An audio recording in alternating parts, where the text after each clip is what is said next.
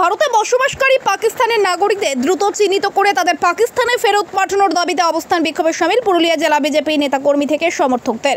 এদিন রাজ্যের বিভিন্ন জেলার সাথে সাথে পুরুলিয়া জেলাতেও জেলা শাসকের দপ্তরের মূল গেটের বাইরে জমায়েত করে ব্যানার পোস্টার হাতে নিয়ে অবস্থার বিক্ষোভে যোগ দেন তারা। জেলা প্রশাসনের পক্ষ থেকে পদক্ষেপ গ্রহণ করা না হলে আগামী দিনে বৃহত্তর আন্দোলনে নামার হুঁশিয়ারি দিলেন বিজেপি নেতাকর্মী সমর্থকরা। মাখন মণ্ডলের রিপোর্ট, আর নিউজ বাংলা। দেখুন, আপনারা সকলে জানেন যে 22 তারিখে পহেলকাণ্ডে যে ঘটনা ঘটেছে, 26 জন দেখে হিন্দুদের হত্যা করা হয়েছে। আজ ভারতবর্ষে উগ্রপন্থী যে কার্যকলাপ বাড়ছে, সেই পরিপ্রেক্ষিতে সারা ভারতবর্ষে মোদিজি ঘোষণা করেছিলেন যে যারা পাকিস্তানি উগ্রপন্থী আছে, যারা পাকিস্তানপন্থী ভারতবর্ষে লুকিয়ে আছে, তাদের খুঁজে বের করে ডাক দিয়েছিলেন।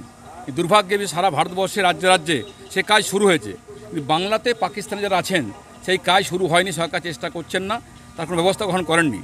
সেই জন্য সুকান্ত তার নেতৃত্বে ঘোষণা হয়েছে রাজ্য বিজেপির পক্ষ থেকে সমস্ত আজকে ডিএম অফিসে পশ্চিমবঙ্গে আজকে ডিএমের কাছে স্মারকলিপি দেওয়া উদ্দেশ্য একটাই, পশ্চিমবঙ্গে যারা পাকিস্তান লুকিয়ে আছে, যারা পাকিস্তান জিন্দাবাদ করছে, তাদের চিহ্নিত করা, তাদের ফেরত পাঠানো, এই দাবিতে আমরা ডিএম ধর্ণা